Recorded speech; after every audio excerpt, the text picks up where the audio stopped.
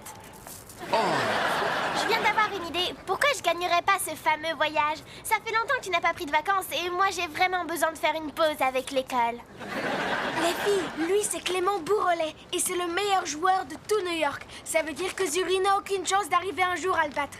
Moi, je pense que la fille aux cheveux qui se voit de loin ferait mieux d'écouter le petit garçon à la chemise qui se voit d'encore plus loin. Ah, vous croyez? Zuri va participer au tournoi et elle vous fera manger le peu de cheveux qu'il vous reste. Vous n'aurez plus que vos poils de nez. Parfaitement. Et elle va passer toutes ses journées à s'entraîner pour la compétition. Quoi? Du soir au matin? Mais ce soir, il y a une émission sur la récession économique et sur la crise monétaire mondiale. La télé t'a grillé le cerveau. Tu dis n'importe quoi. Si Bertrand est la crapule des mers, je m'engage à embrasser Madame Kipling. Eh bien, prépare-toi et prends une pastille à la menthe. Bertrand, je peux savoir ce que tu fais? C'est toujours comme ça que je nettoie la chambre de Monsieur Luc. L'air y est tellement contaminé que la dernière fois que j'y suis entré sans protection, je me suis réveillé 3 jours plus tard. J'entendais des couleurs. Et alors? C'est pas normal?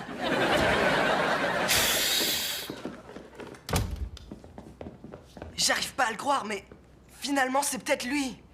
J'arrive pas non plus à croire que mon premier baiser sera avec un reptile. Bon courage.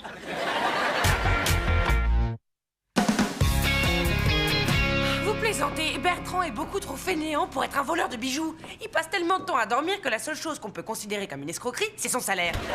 Ah, tu crois ça? Alors j'aimerais bien savoir ce que tu penses de ce collier. Bah, il va pas trop avec ce que tu portes aujourd'hui, mais... Non, enfin. J'ai trouvé ça dans la chambre de Bertrand, bien caché derrière ses figurines d'animaux en fromage, le truc inutile. Réagis! Appelle la police pour leur dire qu'on a ferré un gros poisson et qu'ils ont plus qu'à venir le capturer dans leur filet. Une seconde, Sherlock Holmes. Ce n'est pas parce que Bertrand a un collier dans sa chambre que ça fait forcément de lui un voleur. Il aime peut-être accessoiriser. Si tu veux une preuve supplémentaire, voilà ce que j'ai trouvé sur Internet. Lorsque la crapule des mers a sauté d'un yacht avec son butin, un passager a pu apercevoir une marque en forme de cœur sous la plante de son pied droit. D'accord? Et alors? Alors on le tient. Tout ce qu'on a à faire, c'est de se débrouiller pour que Bertrand enlève sa chaussure, comme ça on verra s'il a une marque à cet endroit. Tu veux bien nous aider? Il y a aucune chance. Un monde où je collerai exprès mon nez sous le pied de Bertrand est un monde que je ne veux pas connaître. J'ai une nouvelle super excitante concernant le tournoi d'échecs. C'est vraiment une chose que j'aurais jamais cru dire de ma vie. Je viens de parler au comité organisateur et ils veulent savoir si ça te plairait d'animer le tournoi. C'est vrai? C'est formidable, t'es génial, merci beaucoup.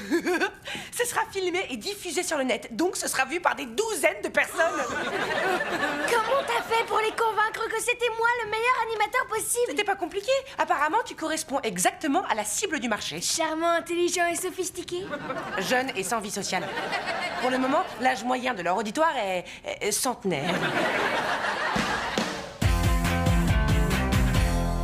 C'est maintenant ou jamais qu'on pourra découvrir si Bertrand est bien notre criminel. On doit manœuvrer de manière subtile. J'ai compris. À l'attaque!